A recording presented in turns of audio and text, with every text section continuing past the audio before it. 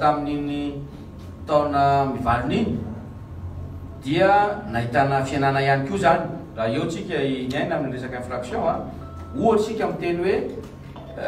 nahita piège rehefa makany anaty party dia mihitanareo misy piège na Lemuria raha tamin'ny taona 2024 ohatra dia enina sy dimanjato fandrika no hita tany anaty valan-javaboary dia niena teo amin'ny kely any ny fiainany hitanareo mbola misy 7,700 fandrika hita tany anaty valan-javaboary. Raha nijery koa tsika hoe resaka exploitation minière illicite tamin'ny taona 2024 923 trous observé dia niena izy aloha 703 trous observé hitatsika. Inona ny dikan'izay niena le izy fa raha izany zavatra zany mbola be da be satria ao anatin'ny valan-javaboary anankiray zany dia mbola milanja any amin'ny misy 10 trous zany hita ao anatin'io.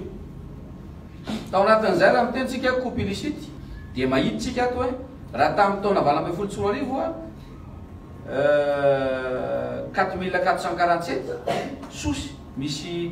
fotikazo tapaka zany tany dia niena 2819 izy tamin'ny taona 2024